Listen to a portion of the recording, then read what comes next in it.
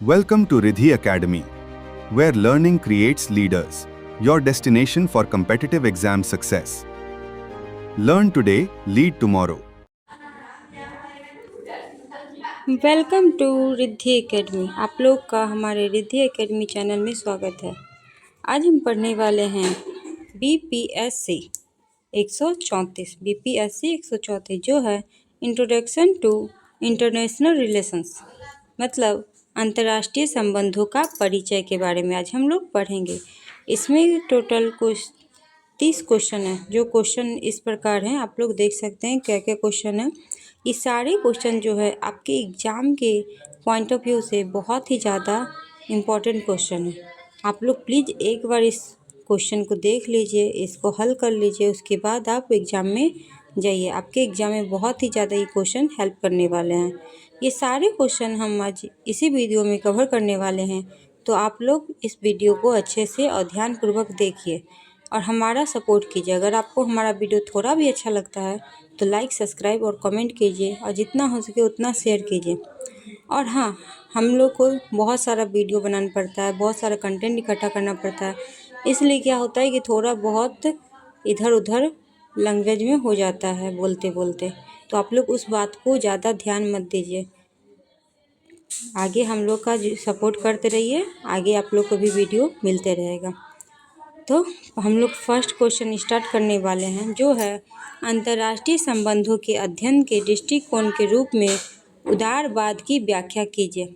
अंतर्राष्ट्रीय संबंधों के अध्ययन के दृष्टिकोण के रूप में उदारवाद की क्या व्याख्या है, उसके बारे में बताना है कि उदारवाद क्यों ज़रूरी है। सबसे पहले इसका देखेंगे प्रस्तावना। प्रस्तावना में क्या होता है? उदारवाद अंतर्राष्ट्रीय संबंधों का एक महत्वपूर्ण और प्रभावशाली दृष्टिकोण है। उदारवाद जो है वो अंतर्राष्ट्रीय संबंधों का एक महत्वपूर्ण और प्रभावशाली दृष्टिकोण है। यह दृष्टिकोण मानता है कि राष्ट्रों के बीच केवल संघर्ष से ही नहीं बल्कि सहयोग, शांति और परस्पर लाभ भी संभव है। उदारवाद मानव स्वभाव को मूलतः सकारात्मक मानता है तथा अंतर्राष्ट्रीय संस्थाओं, लोकतंत्र और आर्थिक सहयोग के महत्व पर बल देता है। इसके मुख्य बिंदु में है उदारवाद का अर्थ। सबसे पहले हम देखेंगे उदारवाद आखिर होता क्या है, उदारवाद का अर्थ क्या है। उदारवाद एक ऐसी विचारधारा है जो स्वतंत्रता, समानता, लोकतंत्र और सहयोग के महत्व को बढ़ाती है। यह मानती है कि अंतर्राष्ट्रीय राजनीति में सहयोग के माध्यम से शांति स्थापित की जाती है। उदारवाद के माध्यम से ही हम लोग शांति स्थापित कर सकते हैं। उदारवाद के प्रमुख सिद्धांत क्या हैं? मानव स्वभाव पर विश्वास। मानव स्वभाव पर विश्वास।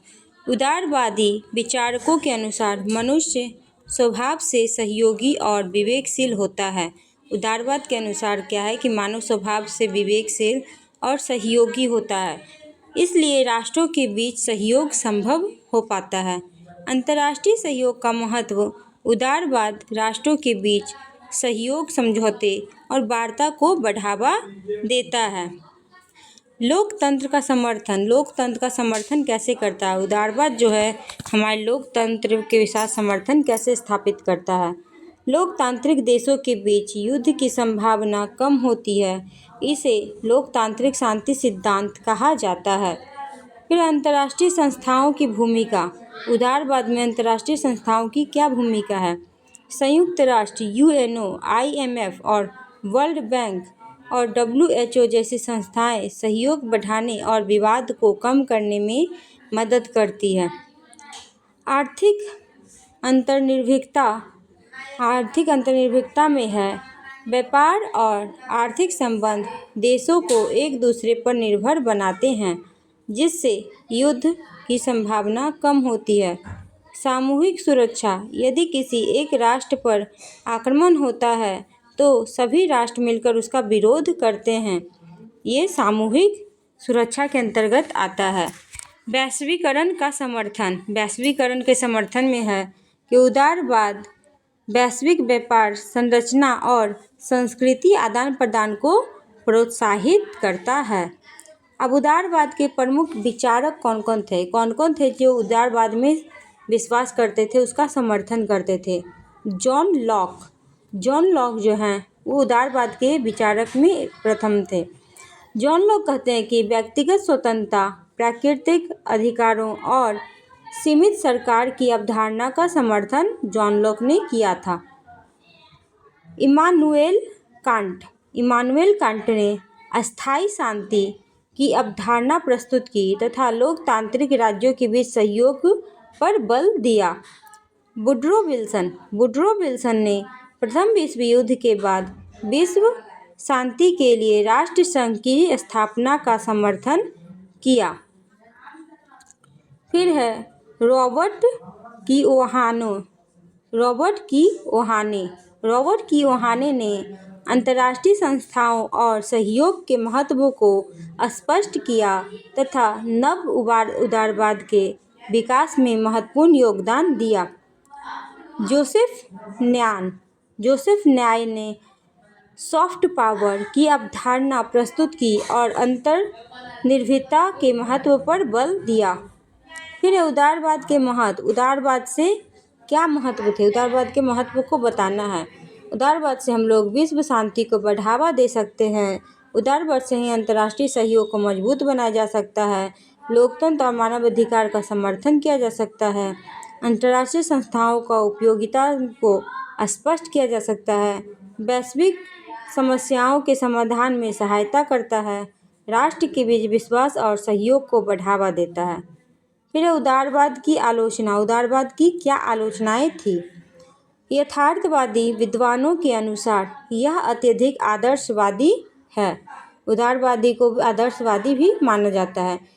राष्ट्रीय हितों और शक्ति राजनीति की उपेक्षा करते हैं। सभी देश सहयोग के लिए समान रूप से तैयार नहीं होते। अंतर्राष्ट्रीय संस्थाएं हमेशा प्रभावी नहीं होती। अब उदारवाद के क्या निष्कर्ष होते हैं? उदारवाद से क्या हम लोग को फायदे हैं? क्या निष्कर्ष है? निष्कर्षतः उदारवाद अंतर्राष्ट्रीय संबंधों का एक महत्वपूर्ण दृष्टिकोण है जो सहयोग, लोकतंत्र, अंतर्राष्ट्रीय संस्थाओं और आर्थिक आत्मनिर्भरता के माध्यम से विश्व शांति की स्थापना पर बल देता है। यद्यपि इसकी कुछ सीमाएं हैं, फिर भी आधुनिक वैश्विक राजनीति को समझने में इसका महत्वपूर्ण योगदान है। दूसरा क्वेश्चन है, प्रथम विश्व युद्ध के कारणों का वर्णन कीजिए कि प्रथम विश्व युद्ध किन कारणों से हुआ था, इसके बारे में हम लोग को बताना है। तो सबसे पहले इसमें हम लोग लिखेंगे प्रस्तावना। आप लोग भी आंसर में प्रस्तावना पहले लिखेगा, भूमिका लिखेगा, तभी आंसर में अच्छा नंबर मिलेगा। प्रस्तावना में लिखेंगे प्रथम विश्व युद्ध 1914 से 1918 तक लड़ा गया विश्व इतिहास का एक महत्वपूर्ण और विनाशकारी युद्ध था। इसमें यूरोप की प्रमुख शक्ति दो विरोधी गुटों में विभाजित होकर युद्ध में शामिल हुई। यह युद्ध केवल एक घटना का परिणाम नहीं बल्कि कई राजनीतिक, आर्थिक और सैन्य कारणों का संयुक्त परिणाम था। प्रथम विश्व युद्ध का परिचय बताना है। प्रथम विश्व युद्ध 28 जुलाई 1914 को आरंभ हुआ और 11 नवंबर 1918 को समाप्त हुआ।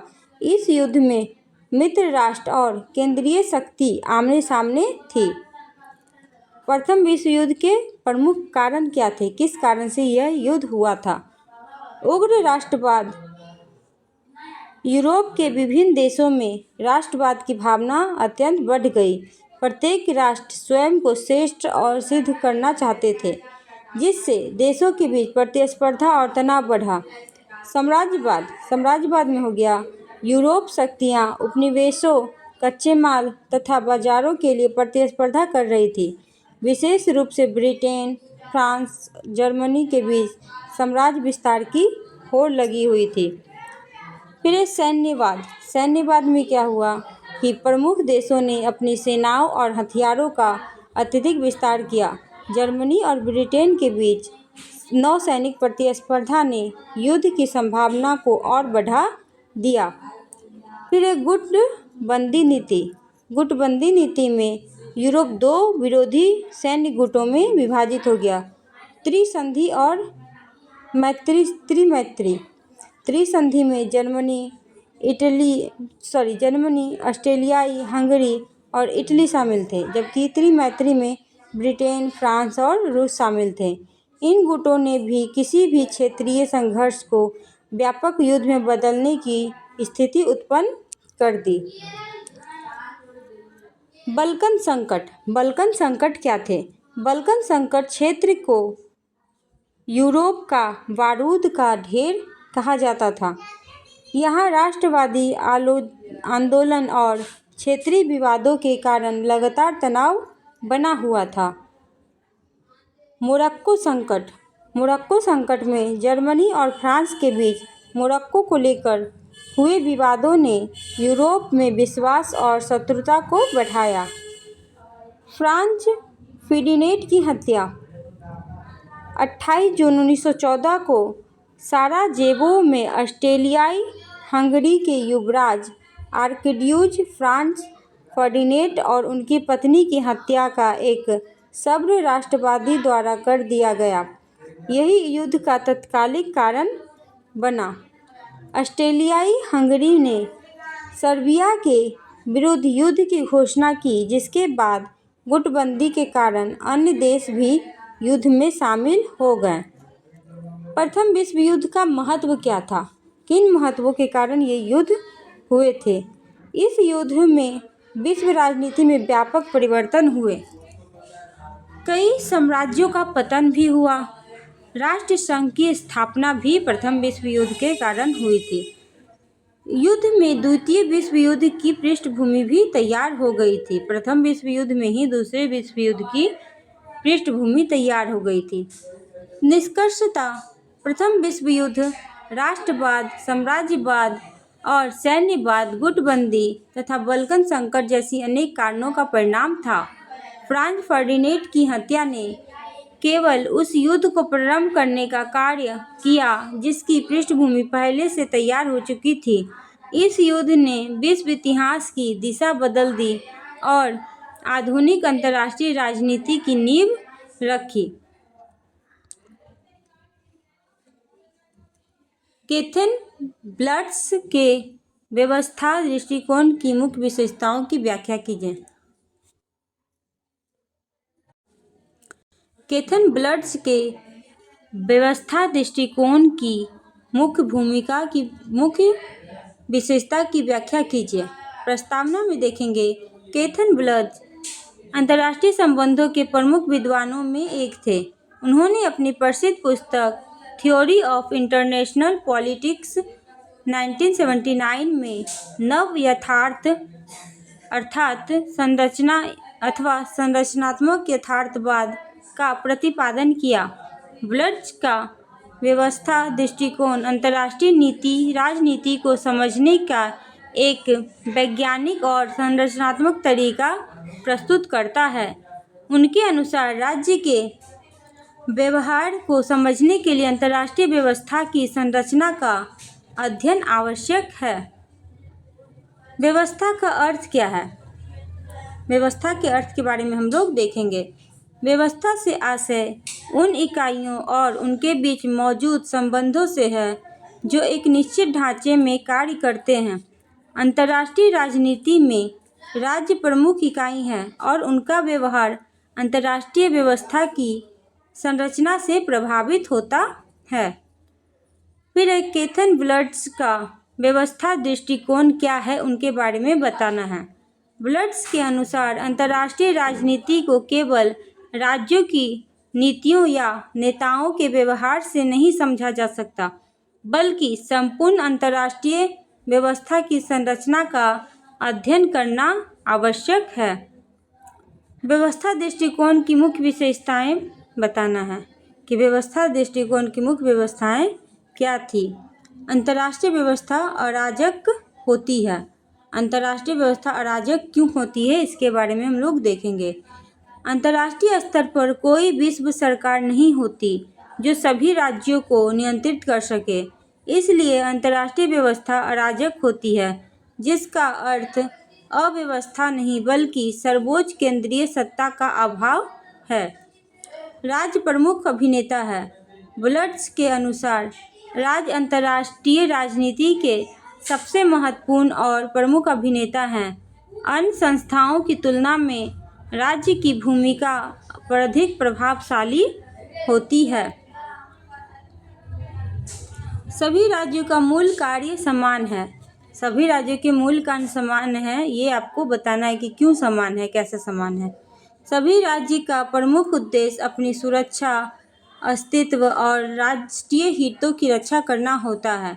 राज्यों के कार्य समान होते हैं, लेकिन उनकी क्षमताएं अलग अलग हो सकती है। अब शक्ति का वितरण, शक्ति कैसे कैसे बांटा जाता है। अंतर्राष्ट्रीय व्यवस्था की प्रकृति इस बात पर निर्भर करती है कि शक्ति विभिन्न राज्यों के बीच कैसे वितरित है। शक्ति का वितरण ही व्यवस्था की संरचना निर्धारित करता है। स्व सहायता व्यवस्था, स्व सहायता व्यवस्था में हम लोग देखेंगे कोई विश्व सरकार नहीं है, इसलिए प्रत्येक राज्य को अपनी सुरक्षा स्वयं सुनिश्चित करनी पड़ती है। राज्य को अपनी रक्षा के लिए स्वयं पर निर्भर रहना पड़ता है। फिर राष्ट्रीय सुरक्षा सर्वोच्च लक्ष्य है। कैसे, आपको बताना है कि राष्ट्रीय सुरक्षा सर्वोच्च लक्ष्य है। जब तक राष्ट्र की सुरक्षा नहीं करेंगे हम लोग भी सुरक्षित नहीं रहेंगे। राज्य शक्ति इसलिए प्रदान करते हैं ताकि अपनी सुरक्षा और अस्तित्व की रक्षा कर सके। सुरक्षा अंतर्राष्ट्रीय राजनीति का केंद्रीय उद्देश्य है। संरचना राज्यों के व्यवहार को प्रभावित करती है। कैसे, बताइए। संरचना जो है राज्य के व्यवहार को कैसे प्रभावित करती है। बुलेट्स के अनुसार राज्यों का व्यवहार उनकी आंतरिक विशेषताओं से अधिक अंतर्राष्ट्रीय व्यवस्था की संरचना द्वारा निर्धारित होता है। फिर शक्ति संतुलित की प्रवृत्ति, शक्ति संतुलन की प्रवृत्ति कैसी है। जब कोई राज्य अत्यधिक शक्तिशाली हो जाता है तो अन्य राज्य उसके विरुद्ध गठबंधन बनाकर शक्ति संतुलन स्थापित करने का प्रयास करते हैं। फिर अंतर्राष्ट्रीय व्यवस्थाओं के प्रकार, अंतर्राष्ट्रीय व्यवस्थाओं के क्या प्रकार हैं। एक ध्रुवीय व्यवस्था, एक ध्रुवीय व्यवस्था में एक महाशक्ति का प्रभुत्व होता है। द्विध्रुवीय व्यवस्था में दो महाशक्तियों का प्रभुत्व होता है, जैसे शीत युद्ध के दौरान अमेरिका और सोवियत संघ का हुआ था। बहुध्रुवीय व्यवस्था में कई शक्तिशाली राज्य उपस्थित होते हैं और सबकी अपनी अपनी शक्तियाँ होती है। व्यवस्था दृष्टिकोण का महत्व, व्यवस्था दृष्टिकोण का क्या महत्व है। अंतर्राष्ट्रीय राजनीति को वैज्ञानिक आधार प्रदान करता है, राज्यों के व्यवहार को समझने में सहायता करता है, शक्ति संतुलन और रक्षा की अवधारणा को स्पष्ट करता है, शीत युद्ध जैसी घटनाओं की व्याख्या करने में उपयोगी होता है, आधुनिक नवयथार्थवादी सिद्धांत का आधार होता है। फिर व्यवस्था दृष्टिकोण की आलोचना, व्यवस्था दृष्टिकोण की आलोचनाएं क्यों होती है। क्योंकि आर्थिक और सामाजिक कारकों की उपेक्षा करता है, अंतर्राष्ट्रीय संस्थाओं की भूमिका को कम कर महत्व देता है, मानव स्वभाव और नेतृत्व की भूमिका को नज़रअंदाज करता है, राज्यों के भीतर होने वाले परिवर्तनों को पर्याप्त महत्व नहीं देता। निष्कर्षता, अर्थव्यवस्था की आलोचना के क्या निष्कर्ष निकलते हैं। निष्कर्षता, केथन ब्लास्ट का व्यवस्था दृष्टिकोण अंतर्राष्ट्रीय राजनीति को समझने का एक महत्वपूर्ण सिद्धांत है। यह अंतर्राष्ट्रीय व्यवस्था की संरचना, शक्ति वितरण और सुरक्षा के महत्व पर बल देती है। यद्यपि इसकी कुछ सीमाएं हैं, फिर भी आधुनिक अंतर्राष्ट्रीय संबंधों के अध्ययन में इसका विशेष महत्व है। अब नेक्स्ट क्वेश्चन है, शक्ति संतुलन पर संक्षिप्त टिप्पणी लिखिए। फ्रेंड्स, आप लोग को हमारा यह मेहनत अगर थोड़ा भी पसंद आ रहा है, अगर हमारा वीडियो थोड़ा भी अच्छा लग रहा है तो प्लीज़ हमारी वीडियो को लाइक और सब्सक्राइब कीजिए और कमेंट तो ज़रूर कीजिए कि आपको और कौन सा वीडियो चाहिए और आपको ये वीडियो कैसा लगा। प्लीज़ फ्रेंड्स सपोर्ट कीजिए। शक्ति संतुलन अंतर्राष्ट्रीय संबंधों की एक महत्वपूर्ण अवधारणा है। इसका अर्थ है कि किसी राज्य या राज्य समूह को कितनी शक्तियाँ ना बनाने दिया जाए, कितनी शक्तिशाली ना बनने दिया जाए कि वह अन्य राज्य की स्वतंत्रता और सुरक्षा के लिए खतरा बन जाए। यह सिद्धांत अंतर्राष्ट्रीय राजनीति में शांति, स्थिरता और सुरक्षा बनाए रखने का एक महत्वपूर्ण साधन माना जाता है। शक्ति संतुलन का अर्थ। शक्ति संतुलन के क्या अर्थ हैं? शक्ति संतुलन वह स्थिति है जिसमें विभिन्न राज्यों की शक्ति लगभग समान रहती है, जिससे कोई भी राज्य दूसरे पर प्रभुत्व स्थापित नहीं कर पाता। इसका प्रमुख उद्देश्य किसी एक राष्ट्र की अत्यधिक शक्ति को नियंत्रित करना होता है। फिर शक्ति संतुलन की परिभाषा देना है। शक्ति संतुलन की परिभाषा को दीजिए। राज्य के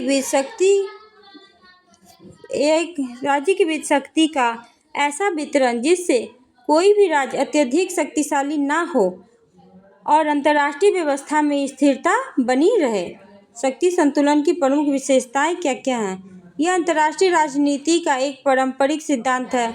इसका उद्देश्य किसी एक राज्य के प्रभुत्व को रोकना है। यह राष्ट्रीय सुरक्षा को मजबूत बनाता है। यह राज्यों की बीच शक्ति की समानता बनाए रखने का प्रयास करता है। यह युद्ध की संभावना को कम करने में सहायता करता है। यह मुख्यतः यथार्थवादी दृष्टिकोण से संबंधित है। फिर शक्ति संतुलन स्थापित करने के साधन। शक्ति संतुलन स्थापित करने के क्या साधन हैं, क्या तरीके हैं? गठबंधन। राज्य अपनी सुरक्षा के लिए अन्य राज्यों के साथ गठबंधन बनाते हैं। शस्त्रीकरण। सैन्य शक्ति बढ़ाकर संतुलन बनाकर रखा जाता है। क्षतिपूर्ति। क्षेत्रीय और राजनीतिक समझौते द्वारा संतुलन स्थापित किया जाता है। हस्तक्षेप। किसी राज्य की बढ़ती शक्ति को नियंत्रित करने के लिए हस्तक्षेप किया जाता है। विभाजन और शासन। विरोधी शक्तियों को विभाजित करके संतुलन बनाए रखा जाता है। अब शक्ति संतुलन के महत्व हैं। शक्ति संतुलन के महत्व के बारे में जानना है कि शक्ति संतुलन के क्या महत्व है। अंतर्राष्ट्रीय शांति और स्थिरता को बनाए रखने का काम शक्ति संतुलन करते हैं। किसी एक राष्ट्र के प्रभुत्व को रोकता है। छोटे राज्यों के स्वतंत्रता की रक्षा करता है। राष्ट्रीय सुरक्षा को मजबूत बनाता है।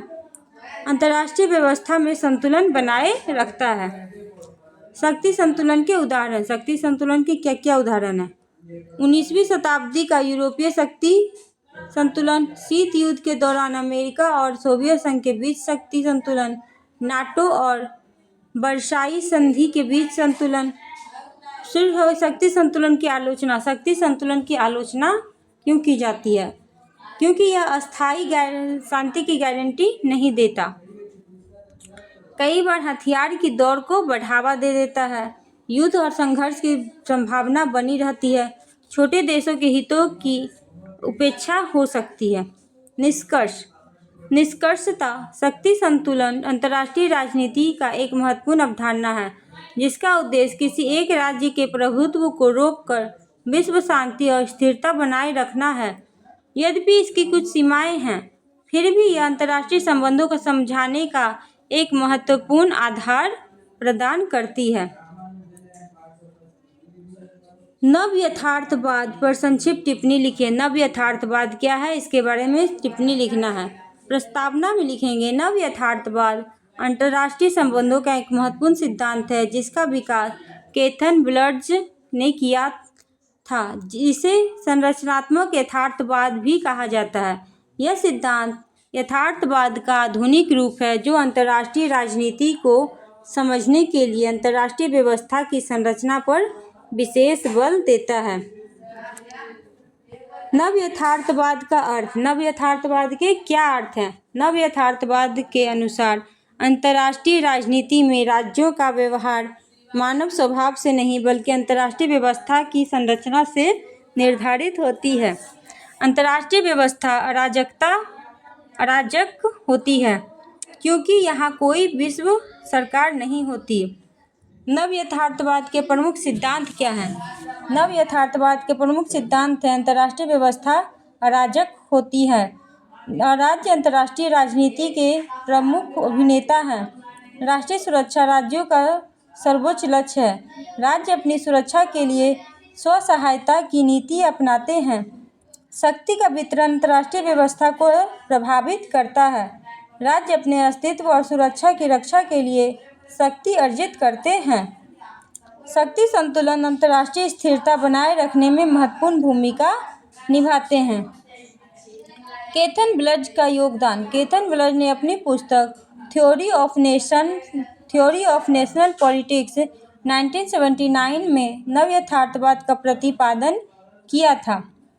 उन्होंने राज्यों के व्यवहार को समझाने के लिए अंतर्राष्ट्रीय व्यवस्था की संरचना को सबसे महत्वपूर्ण माना है। उन्होंने शक्ति वितरण और सुरक्षा के अंतर्राष्ट्रीय राजनीति के केंद्रीय तत्वों को बताया है। नव यथार्थवाद के महत्व। नव यथार्थवाद के क्या महत्व है, इसको हम लोग देखेंगे। राष्ट्रीय राजनीति को वैज्ञानिक आधार प्रदान करता है। शक्ति संतुलन की अवधारणा को स्पष्ट करता है। महाशक्ति राजनीति को समझने में सहायता करता है। राष्ट्रीय सुरक्षा के महत्व को रेखांकित करता है। शीत युद्ध और वैश्विक शक्ति संघर्षों की व्याख्या करने में उपयोगी होते हैं। नव यथार्थवाद की आलोचनाएं अब देखेंगे। नव यथार्थवाद की आलोचनाएं क्यों की जाती है? क्योंकि अंतर्राष्ट्रीय संस्थाओं की भूमिका को यह कम महत्व देता है, आर्थिक और सांस्कृतिक कारकों की उपेक्षा करता है, राज्यों के आंतरिक कारकों को पर्याप्त महत्व नहीं देता, सहयोग की संभावना को सीमित रूप देखता है। नव यथार्थवाद के निष्कर्ष क्या हैं, उनके बारे में जानना है। नव यथार्थवाद अंतर्राष्ट्रीय संबंधों का एक प्रभावशाली सिद्धांत है जो अंतर्राष्ट्रीय व्यवस्था, शक्ति वितरण और राष्ट्रीय सुरक्षा के महत्व को स्पष्ट करता है। आधुनिक विश्व राजनीति को समझाने में इसका महत्वपूर्ण योगदान है। फिर क्या? निर्भरता सिद्धांत। निर्भरता सिद्धांत यानी डिपेंडेंट थ्योरी की परीक्षण कीजिए। निर्भरता सिद्धांत का परीक्षण कीजिए। निर्भरता सिद्धांत है क्या? निर्भरता सिद्धांत अंतर्राष्ट्रीय राजनीति अर्थव्यवस्था का एक महत्वपूर्ण सिद्धांत है। इसका विकास 1960 और 1970 के दशक में हुआ था। यह सिद्धांत विकसित और विकासशील देशों के बीच आर्थिक असमानता तथा शोषण की व्याख्या करता है। इसके अनुसार विकासशील देशों को अविकास उनकी आंतरिक कमजोरी के कारण नहीं बल्कि वैश्विक आर्थिक व्यवस्था में उनकी निर्भरता स्थिति के कारण होती है। निर्भरता सिद्धांत का अर्थ। निर्भरता सिद्धांत के क्या अर्थ हैं? निर्भरता सिद्धांत के अनुसार विश्व अर्थव्यवस्था दो भागों में विभाजित है, केंद्र राष्ट्र और परिधि राष्ट्र। केंद्र राष्ट्र में विकसित और औद्योगिक देश आते हैं, जबकि परिधि राष्ट्र में विकासशील और अविकसित देश आते हैं। केंद्र राष्ट्र परिधि राष्ट्रों के संसाधनों, श्रम और बाजारों का उपयोग करके आर्थिक लाभ प्राप्त करते हैं, जिससे परिधि राष्ट्र लगातार निर्भर बने रहते हैं। निर्भरता सिद्धांत का प्रमुख विचारक बताइए। निर्भरता सिद्धांत के प्रमुख विचारक कौन कौन थे? Andre Gundar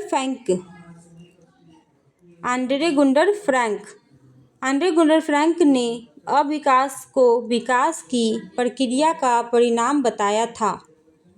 Fernando Heinrich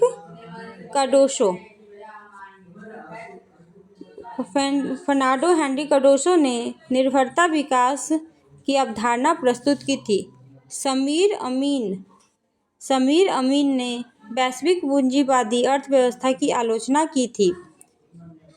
Emmanuel बालस्टीन ने विश्व प्रणाली सिद्धांत का विकास दिया था। निर्भरता सिद्धांत की प्रमुख विशेषताएं।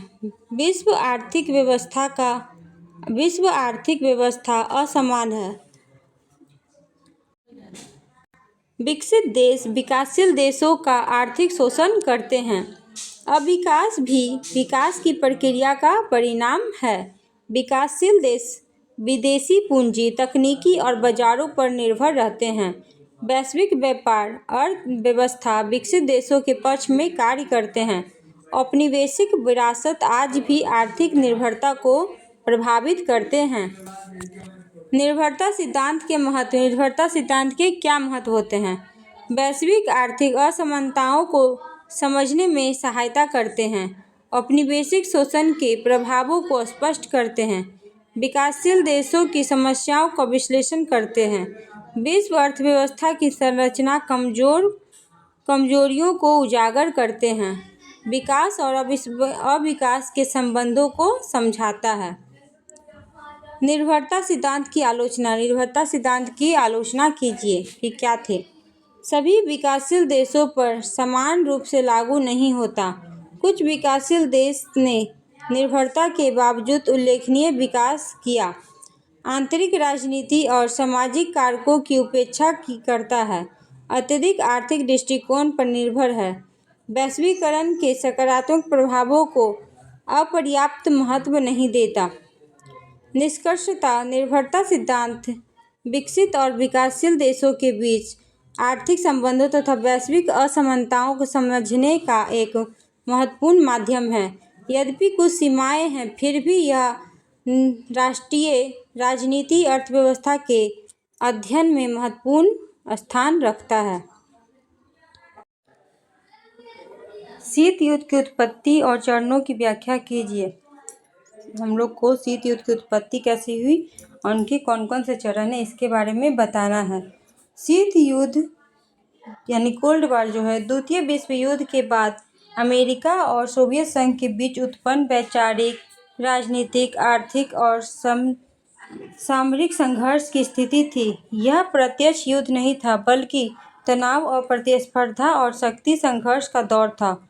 शीत युद्ध लगातार 1945 से 1991 तक चला था और इसने विश्व राजनीति को गहराई से प्रभावित किया था। शीत युद्ध के अर्थ। शीत युद्ध के क्या अर्थ हुए? शीत युद्ध के अर्थ में हो जाएगा, शीत युद्ध वह स्थिति थी जिसमें अमेरिका के नेतृत्व वाला पूंजीवादी गुट और सोवियत संघ के नेतृत्व वाला साम्यवादी गुट प्रत्यक्ष युद्ध के बिना एक दूसरे का विरोध कर रहे थे। शीत युद्ध की उत्पत्ति के कारण। शीत युद्ध की उत्पत्ति के क्या कारण थे उसके बारे में हम लोग को देखना है कि शीत युद्ध की उत्पत्ति में के क्या कारण थे। वैचारिक संघर्ष। सबसे पहले इसमें देखेंगे वैचारिक संघर्ष। वैचारिक संघर्ष में है अमेरिका पूंजीवादी और लोकतंत्र का समर्थन तथा जबकि सोवियत संघ साम्यवादी का समर्थक था। अमेरिका जो है पूंजीवादी और लोकतंत्र का समर्थक था, जबकि सोवियत संघ जो है साम्यवादी का समर्थक था। याल्टा और पोट्सडैम सम्मेलन में मतभेद थे। पूर्वी यूरोप और में सोवियत प्रभाव का विस्तार था। परमाणु हथियार की होड़ थी। आपसी अविश्वास का संदेह। ट्रूमैन सिद्धांत और मार्शल योजना। जर्मनी और बर्लिन का विभाजन था। शीत युद्ध के प्रमुख चरण। शीत युद्ध के प्रमुख चरण क्या क्या थे? प्रथम चरण जो था 1945 से 1962 तक था। शीत युद्ध के प्रथम चरण में थे 1945 से 1962 में था। शीत युद्ध की शुरुआत हुई थी, बर्लिन नाकाबंदी हुआ था 1985 से 1949 तक।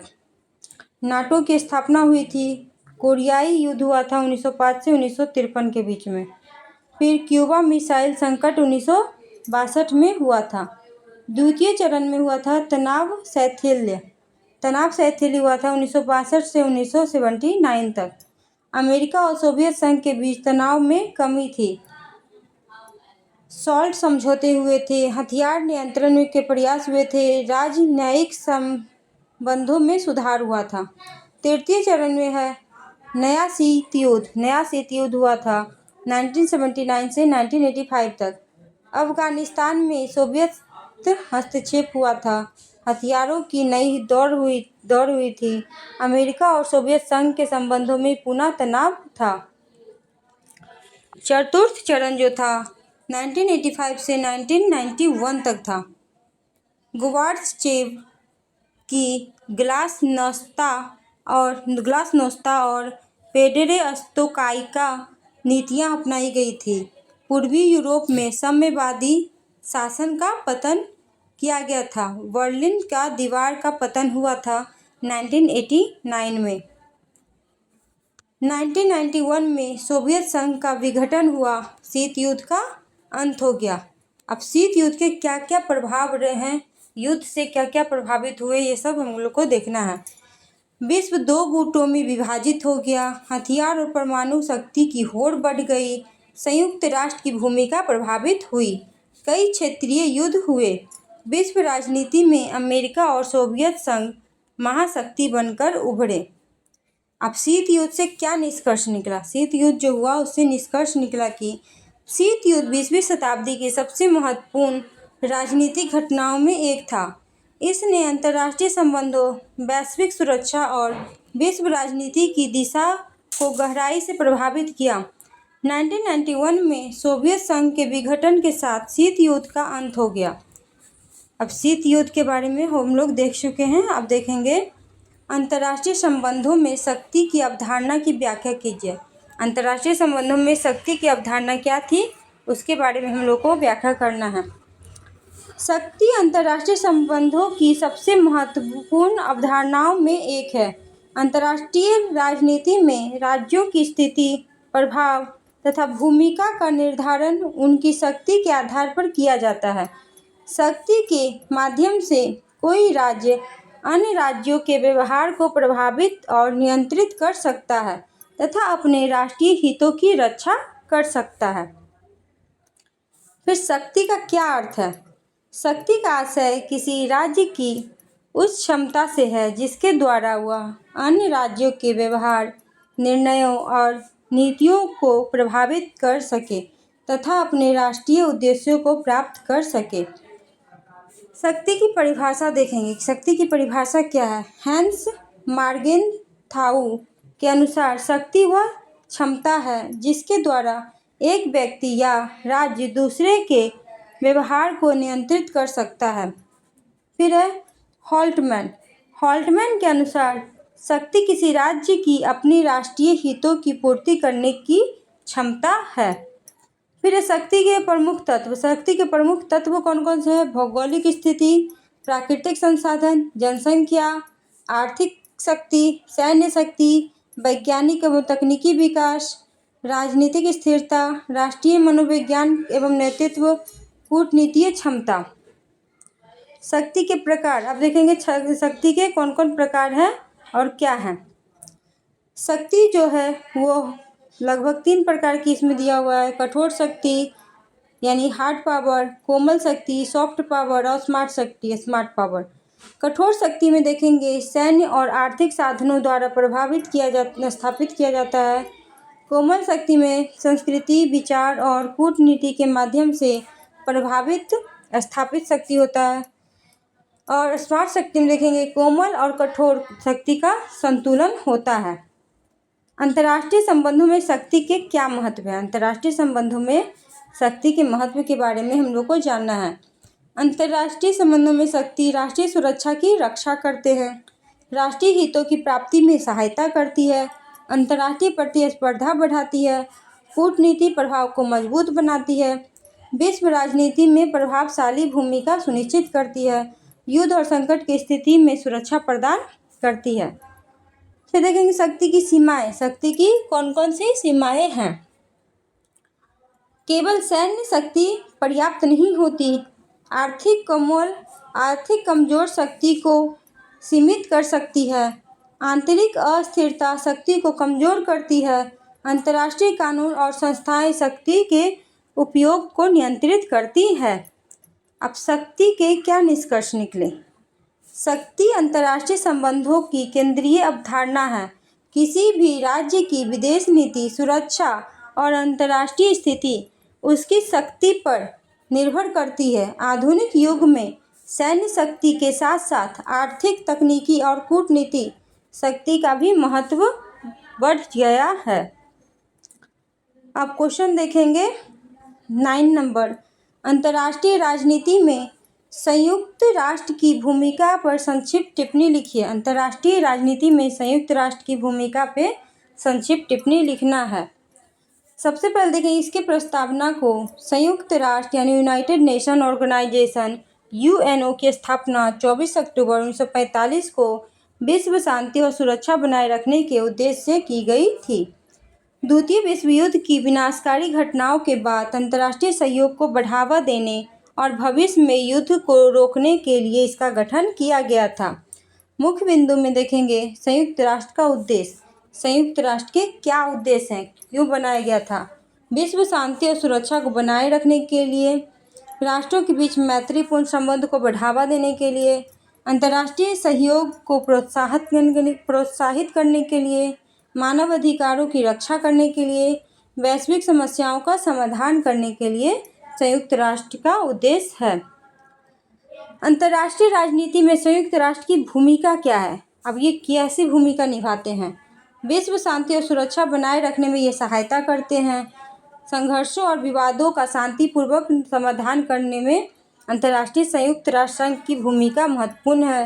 शांति सेना की तैनाती होती है। मानव अधिकारों के संरक्षण को ये बढ़ावा देते हैं। विकासशील देशों को आर्थिक और तकनीकी सहायता प्रदान करते हैं। अंतर्राष्ट्रीय कानून के विकास में योगदान देते हैं। पर्यावरण संरक्षण और सतत विकास को प्रोत्साहित करते हैं। मानवीय सहायता कार्यक्रमों का संचालन करते हैं। अब संयुक्त राष्ट्र की प्रमुख उपलब्धियां क्या है? संयुक्त राष्ट्र की जो प्रमुख उपलब्धियां हैं वो कौन कौन सी हैं? कई अंतर्राष्ट्रीय संघर्षों को नियंत्रित किया जाता है। उपनिवेशवाद के अंत में योगदान दिया जाता है। मानव अधिकारों की सार्वभौमिक घोषणा को अपनाया जाता है। स्वास्थ्य, शिक्षा और विकास के क्षेत्र में महत्वपूर्ण कार्य करते हैं। फिर संयुक्त राष्ट्र की सीमाएं। संयुक्त राष्ट्र की क्या क्या सीमाएं हैं इसको बताना है। सुरक्षा परिषद में वीटो शक्ति का प्रभाव है। महाशक्तियों के राजनीतिक दबाव हैं। कुछ संघर्षों को रोकने में यह असफल हुए हैं तथा वित्तीय और प्राथमिक समस्याएं उत्पन्न होती हैं। फिर संयुक्त राष्ट्र के निष्कर्ष क्या है? संयुक्त राष्ट्र संघ के क्या निष्कर्ष निकले? स्थापना हुआ, प्रभाव हुआ, उसके क्या निष्कर्ष निकले? संयुक्त राष्ट्र अंतर्राष्ट्रीय राजनीति का सबसे महत्वपूर्ण वैश्विक संगठन है। इसने विश्व शांति, विकास और सहयोग को बढ़ावा देने में महत्वपूर्ण योगदान दिया, यद्यपि इसकी कुछ सीमाएं भी है। अब देखेंगे क्वेश्चन नंबर 10। क्षेत्रीय आर्थिक संगठनों के महत्व पर संक्षिप्त टिप्पणी लिखिए कि क्षेत्रीय आर्थिक संगठन क्यों महत्वपूर्ण है। क्षेत्रीय आर्थिक संगठन एक ऐसा संगठन होते हैं जिनका उद्देश्य किसी विशेष क्षेत्र के देश के बीच आर्थिक सहयोग, व्यापार और विकास को बढ़ावा देने से होता है। वैश्वीकरण के युग में इन संगठनों का महत्व निरंतर बढ़ता जा रहा है। मुख्य बिंदु में देखेंगे क्षेत्रीय आर्थिक संगठन का अर्थ। क्षेत्रीय आर्थिक संगठन के क्या अर्थ हैं? वे संगठन जिनमें एक क्षेत्र के देश आर्थिक विकास, व्यापार, वृद्धि और पारस्परिक सहयोग के लिए मिलकर कार्य करते हैं। प्रमुख क्षेत्रीय आर्थिक संगठन इसमें है यूरोपीय संघ, EU, आसियान, सार्क, एपेक और नफ्टा। क्षेत्रीय आर्थिक संगठनों का महत्व। क्षेत्रीय आर्थिक संगठन के क्या महत्व है वो बताना है। क्षेत्रीय आर्थिक संगठन व्यापार को बढ़ावा देते हैं, आर्थिक विकास और निवेश को प्रोत्साहित करते हैं, रोजगार के अवसर में वृद्धि करते हैं, सदस्यों देशों के बीच सहयोग को बढ़ावा देते हैं, क्षेत्रीय शांति और स्थिरता को मजबूत करते हैं, वैश्विक प्रतिस्पर्धा का सामना करने में सहायता करते हैं तथा तकनीकी और वैज्ञानिक सहयोग को प्रोत्साहित करते हैं। गरीबी और आर्थिक असमानताओं को कम करने में ये मदद करते हैं। अब क्षेत्रीय आर्थिक संगठनों की चुनौतियाँ। क्षेत्रीय आर्थिक संगठनों की क्या क्या चुनौतियाँ हैं? सदस्य देशों के आर्थिक हितों में अंतर होता है, राजनीतिक विवाद होते हैं, आर्थिक असमानताएं होती है, निर्णय लेने में ये कठिनाई होती है। निष्कर्ष। क्षेत्रीय आर्थिक संगठन के क्या निष्कर्ष निकले? क्षेत्रीय आर्थिक संगठन आधुनिक विश्व अर्थव्यवस्था का महत्वपूर्ण हिस्सा है। ये संगठन सदस्य देशों के आर्थिक विकास, व्यापार विस्तार और क्षेत्रीय सहयोग को बढ़ावा देकर अंतर्राष्ट्रीय संबंधों को मजबूत बनाते हैं। फिर राष्ट्रीय शक्ति की अवधारणा तथा उसके तत्व की व्याख्या कीजिए। राष्ट्रीय शक्ति क्या है? मतलब नेशनल पावर क्या है, इनकी अवधारणा और उनके तत्वों की व्याख्या कीजिए। राष्ट्रीय शक्ति किसी राष्ट्र की वह समग्र क्षमता है जिसके माध्यम से वह अपने राष्ट्रीय हितों की रक्षा करता है तथा अंतर्राष्ट्रीय राजनीति में प्रभाव स्थापित करता है। यह किसी भी राज्य की विदेश नीति और सुरक्षा का आधार होती है। राष्ट्रीय शक्ति के मुख्य बिंदु में आता है राष्ट्रीय शक्ति का अर्थ। राष्ट्रीय शक्ति के क्या अर्थ हैं? राष्ट्रीय शक्ति से आशय किसी राष्ट्र की उस क्षमता से है जिसके द्वारा वह अन्य राज्यों को प्रभावित कर सके तथा अपने राष्ट्रीय उद्देश्यों को प्राप्त कर सके। राष्ट्रीय शक्ति के प्रमुख तत्व। राष्ट्रीय शक्ति के प्रमुख तत्व कौन सा? भौगोलिक स्थिति, प्राकृतिक संसाधन, जनसंख्या, आर्थिक विकास, सैन्य शक्ति, वैज्ञानिक एवं तकनीकी प्रगति, राजनीतिक स्थिति, राष्ट्रीय चित्रित मनोबल और नेतृत्व एवं कूटनीति। राष्ट्रीय शक्ति का महत्व। राष्ट्रीय शक्ति के क्या महत्व है? राष्ट्रीय सुरक्षा सुनिश्चित करती है, राष्ट्रीय हितों की रक्षा करती है, अंतर्राष्ट्रीय प्रतिस्पर्धा को बढ़ाती है, विदेशी नीति को प्रभावी बनाती है और आर्थिक विकास को प्रोत्साहन देती है। अब राष्ट्रीय शक्ति के क्या निष्कर्ष निकलते हैं? ये राष्ट्रीय शक्ति जो है किसी भी राष्ट्र की सफलता और सुरक्षा का आधार है। आधुनिक युग में राष्ट्र केवल सैन्य साधनों तक सीमित नहीं है बल्कि आर्थिक, तकनीकी और कूटनीति क्षमता भी इसका महत्वपूर्ण भाग है। फिर नेक्स्ट क्वेश्चन है, सामूहिक सुरक्षा की अवधारणा का आलोचनात्मक विश्लेषण कीजिए कि सामूहिक सुरक्षा क्या है, उसकी अवधारणाएं क्या हैं। सामूहिक सुरक्षा अंतर्राष्ट्रीय शांति और सुरक्षा बनाए रखने की एक महत्वपूर्ण व्यवस्था है। इसका मूल सिद्धांत है कि किसी एक राष्ट्र पर आक्रमण सभी राष्ट्रों पर आक्रमण माना जाएगा और सभी सदस्य मिलकर आक्रमणकारी का विरोध करेंगे। सामूहिक सुरक्षा का अर्थ क्या है? सामूहिक सुरक्षा के अर्थ क्या है?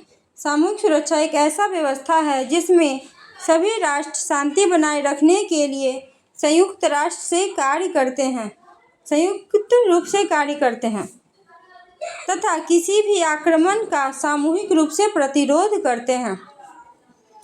सामूहिक सुरक्षा के प्रमुख सिद्धांत क्या क्या है? इसके प्रमुख सिद्धांतों की व्याख्या करना। एक पर हमला सभी पर हमला के बराबर होता है। सभी राज्य की समान सुरक्षा होती है। सामूहिक कार्रवाई द्वारा शांति की रक्षा होती है। अंतर्राष्ट्रीय सहयोग और एकता बढ़ाया जाता है। सामूहिक सुरक्षा के महत्व। सामूहिक सुरक्षा के क्या महत्व है? विश्व शांति को बढ़ावा देते हैं, आक्रमणकारी राज्यों को रोकती है, अंतर्राष्ट्रीय सहयोग को मजबूत बनाती है, अंतर्राष्ट्रीय राष्ट्र की शांति व्यवस्था का आधार है। आलोचनात्मक विश्लेषण। अब आलोचनात्मक विश्लेषण क्या है? संयुक्त राष्ट्र के आलोचनात्मक विश्लेषण के बारे में बताना है। यह सभी राष्ट्र हमेशा एकमत नहीं होते, महाशक्तियों के हित व्यवस्था को प्रभावित करते हैं। वोटो शक्ति कई बार कार्रवाई में बाधा बनती है। व्यवहार में इसे लागू करना कठिन होता है। कुछ मामलों में सामूहिक सुरक्षा असफल भी रही है। अब निष्कर्ष। इसके क्या निष्कर्ष निकले? सामूहिक सुरक्षा विश्व शांति बनाए रखने का एक महत्वपूर्ण साधन है। यद्यपि व्यापारिक स्तर पर इसकी कई चुनौतियां हैं, फिर भी अंतर्राष्ट्रीय सुरक्षा व्यवस्था में इसका विशेष महत्व बना हुआ है। नेक्स्ट क्वेश्चन है, नव यथार्थवाद के प्रमुख तर्कों की चर्चा कीजिए कि नव यथार्थवाद के प्रमुख तर्क कौन कौन से हैं। सबसे पहले देखेंगे नव यथार्थवाद या संरचनात्मक यथार्थवाद अंतर्राष्ट्रीय संबंधों का एक महत्वपूर्ण सिद्धांत है जिसका प्रतिपादन केथेन ब्लड्स ने किया था। यह सिद्धांत अंतर्राष्ट्रीय राजनीति को समझने के लिए अंतर्राष्ट्रीय व्यवस्था की संरचना, शक्ति वितरण और सुरक्षा को प्रमुख आधार मानती है। मुख्य बिंदु में है अंतर्राष्ट्रीय यथार्थवाद का अर्थ। नव यथार्थवाद का अर्थ। नव यथार्थवाद के क्या अर्थ हैं? नव यथार्थवाद के अनुसार अंतर्राष्ट्रीय राजनीति में राज्यों का व्यवहार मानव स्वभाव के बजाय अंतर्राष्ट्रीय व्यवस्था की संरचना से निर्धारित होते हैं। नव यथार्थवाद के प्रमुख तर्क। अब नव यथार्थवाद के प्रमुख तर्क कौन कौन हैं? अंतर्राष्ट्रीय व्यवस्था अराजक होती है। राज्य अंतर्राष्ट्रीय राजनीति के प्रमुख अभिनेता हैं। राष्ट्रीय सुरक्षा राज्यों का सर्वोच्च उद्देश्य है। राज्य स्व सहायता की नीति अपनाते हैं। शक्ति का वितरण राज्यों के व्यवहार को प्रभावित करते हैं। राज्य अपने अस्तित्व की रक्षा के लिए शक्ति अर्जित करते हैं। शक्ति संतुलन अंतर्राष्ट्रीय स्थिरता बनाए रखने में सहायक होती है। ध्रुवीय व्यवस्था बहुध्रुवीय व्यवस्था की अपेक्षा अधिक स्थिर होती है। अब नव यथार्थवाद के महत्व के बारे में जानना है कि इसके महत्व क्या है। अंतर्राष्ट्रीय राजनीति का वैज्ञानिक विश्लेषण प्रस्तुत करता है। शीत युद्ध और शक्ति राजनीति को समझने में सहायता करती है। राष्ट्रीय सुरक्षा के महत्व को स्पष्ट करती है। अब आलोचना, नव यथार्थवाद के क्या क्या आलोचनाएं हुई है। आर्थिक और सामाजिक कारकों की उपेक्षा करते हैं। अंतर्राष्ट्रीय संस्थाओं की भूमिका को कम करते हैं। सहयोग की संभावना को सीमित रूप से देखता है। अब नव यथार्थवाद के निष्कर्ष क्या निकले। नव यथार्थवाद अंतर्राष्ट्रीय संबंधों का एक प्रभावशाली सिद्धांत है जो शक्ति, सुरक्षा और अंतर्राष्ट्रीय संरचना के महत्व को स्पष्ट करती है। अब नेक्स्ट क्वेश्चन देखेंगे, क्वेश्चन नंबर 14। कठोर और कोमल शक्ति पर संक्षिप्त टिप्पणी लिखिए कि कठोर और कोमल शक्ति क्या है, हार्ड पावर क्या है और सॉफ्ट पावर क्या है। इस पर संक्षिप्त टिप्पणी हम लोगों को लिखना है। अंतर्राष्ट्रीय संबंधों में शक्ति का प्रयोग विभिन्न रूपों में किया जाता है। जोसेफ नाय ने कठोर शक्ति और कोमल शक्ति की अवधारणाओं को लोकप्रिय बनाया। दोनों ही किसी राज्य को प्रभावित करने में महत्वपूर्ण साधन है। पहले हम देखेंगे कठोर शक्ति। कठोर शक्ति यानी हार्ड पावर है क्या। कठोर शक्ति से आशय सैन्य और आर्थिक संसाधनों के माध्यम से अन्य राज्य को प्रभावित या बाध्य करने की क्षमता से है। कठोर शक्ति के साधन क्या क्या हैं? सैन्य शक्ति, आर्थिक प्रतिबंध, दबाव, धमकी, युद्ध और सैन्य हस्तक्षेप। अब देखेंगे कोमल शक्ति। कोमल शक्ति यानी सॉफ्ट पावर क्या है। कोमल शक्ति से आशय आकर्षण, संस्कृति, विचारों, मूल्यों और कूटनीति के माध्यम से दूसरे को प्रभावित करने की क्षमता से है। कोमल शक्ति के साधन में है संस्कृति, शिक्षा, कूटनीति, मानवाधिकार और लोकतंत्र मूल्य, अंतर्राष्ट्रीय प्रतिस्पर्धा इत्यादि। कठोर एवं कोमल शक्ति में अंतर। कठोर और कोमल शक्ति में क्या अंतर है? कठोर शक्ति दबाव पर आधारित होती है जबकि कोमल शक्ति आकर्षण पर आधारित होती है। कठोर शक्ति में सैन्य आर्थिक साधनों का प्रयोग होता है जबकि कोमल शक्ति में संस्कृति और वैचारिक साधनों का प्रयोग होता है। अब महत्व क्या है? इन कठोर शक्ति और कोमल शक्ति के क्या महत्व है? राष्ट्रीय हितों की प्राप्ति में सहायता करते हैं, अंतर्राष्ट्रीय प्रभाव को बढ़ावा देते हैं, विदेशी नीति को प्रभावी बनाते हैं, विश्व राजनीति में प्रतिस्पर्धा बढ़ाते हैं।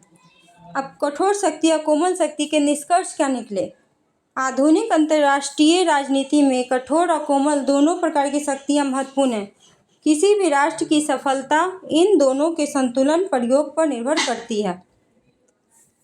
नेक्स्ट क्वेश्चन देखेंगे, क्वेश्चन नंबर 15। सामाजिक रचनावाद पर संक्षिप्त टिप्पणी लिखिए। सामाजिक रचनावाद है क्या, इसके बारे में हम लोग को संक्षिप्त टिप्पणी लिखना है। सामाजिक रचनावाद अंतर्राष्ट्रीय संबंधों का एक आधुनिक सिद्धांत है। यह सिद्धांत मानता है कि अंतर्राष्ट्रीय राजनीति केवल शक्ति और भौतिक संसाधनों से नहीं बल्कि विचारों, मूल्यों, मान्यताओं और सामाजिक संबंधों से भी प्रभावित होते हैं। मुख्य बिंदु में देखेंगे सामाजिक रचनावाद के अर्थ। सामाजिक रचनावाद के क्या अर्थ हैं? सामाजिक रचनावाद के अनुसार अंतर्राष्ट्रीय वास्तविकता सामाजिक रूप से निर्मित होती है। राज्यों का व्यवहार उनके विचारों, पहचानों और मान्यताओं से प्रभावित होता है। मुख्य विचारक थे अलेक्जेंडर वेंट्स ने सामाजिक रचनावाद के प्रमुख प्रवर्तक माने जाते हैं। निकोलस ओनफ रचनावादी दृष्टिकोण से प्रारंभिक समर्थकों में ये शामिल थे। पीटर कटेजेनस्टीन यह पहचान और संस्कृति के महत्व पर बल देते हैं। प्रमुख विशेषता है कि विचार और मान्यताएं महत्वपूर्ण है। राज्यों की पहचान उनके व्यवहार को प्रभावित करती है। अंतर्राष्ट्रीय व्यवस्था सामाजिक रूप से निर्मित होती है। सहयोग और संघर्ष दोनों सामाजिक प्रक्रियाओं के परिणाम हैं। संस्थाएं राज्य के व्यवहार को प्रभावित करती है। अब महत्व क्या है? अंतर्राष्ट्रीय राजनीति की नई व्याख्या प्रस्तुत करता है। संस्कृति और पहचान के महत्व को स्पष्ट करता है। सहयोग और परिवर्तन को समझाने में सहायता करता है। इसकी कुछ आलोचनाएं भी हुई हैं। आलोचनाएं में है सिद्धांत को मापना कठिन होता है। भौतिक शक्ति के महत्व को कम कर देता है। व्यवहारिक नीतिगत सुझाव सीमित है। निष्कर्ष है कि सामाजिक रचनावाद अंतर्राष्ट्रीय संबंधों का एक महत्वपूर्ण आधुनिक दृष्टिकोण है जो विचारों, पहचान, सामाजिक मान्यताओं की भूमिका को स्पष्ट करता है। फ्रेंड्स, हमारा एक प्रश्न यहीं तक समाप्त होता है। हम आगे के प्रश्न को नेक्स्ट वीडियो में कवर करेंगे। आपको अगर नेक्स्ट वीडियो चाहिए तो आप लोग प्लीज़ कमेंट करके बताइए कि हम आपको नेक्स्ट वीडियो बना दें। तो हमारी वीडियो को देखने के लिए धन्यवाद। Thank for the watching this video. और like, subscribe, comment please friends कर दीजिए। Thank you for watching this video. For complete exam preparation, subscribe to Riddhi Academy. Learn today, lead tomorrow.